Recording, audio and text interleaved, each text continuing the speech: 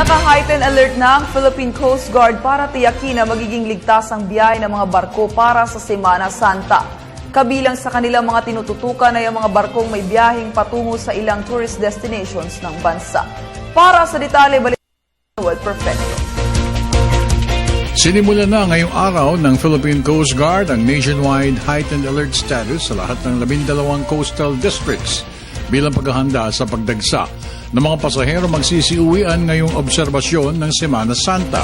Sa kanyang panayam sa mga mamahayag, sinabi ni Coast Guard spokesperson Armand Balilo na lalo pang pinaigting ni Commandant Rodolfo Izorena ang pagbibigay ng mabilis at maayos na serbisyo sa lahat ng mga mananakay ng mga sasakyang pandagat.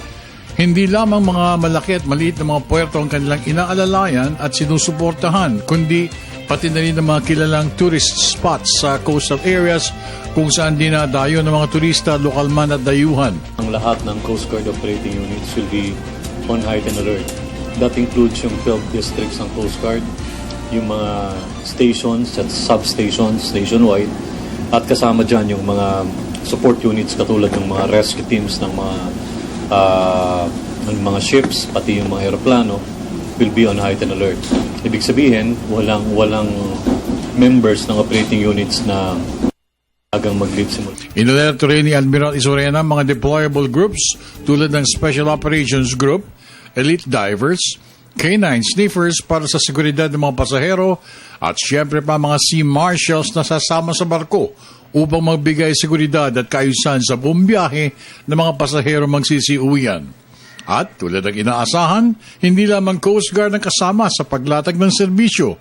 Kasama rin dito ang Philippine Ports Authority at ang Maritime Authority ng DOTC. We will be more vigilant sa pagbabantay ng mga ports, yung patrol sa mga harbors, at yung mga pagsama ng mga Coast Guard Sea Marshal doon sa mga barko. Aside from that, may instruction din ng aming commandant na paigtingin din yung mga pagpapatrolya sa lahat ng mga beaches nationwide dahil kasama dun sa itinerary ng mga kababayan natin, and of course yung pagbabakasyon dun sa mga beaches, in particular lalo na yung mga dinarayo talaga na may mga kasamang turista, yung Boracay, yung Mindoro, yung Palawan, yung Bohol, yung Iloilo. So lahat ng ito ay natin ng mga tauhan. Para sa Telebisyon ng Bayan, ako naman si Noel Perfecto.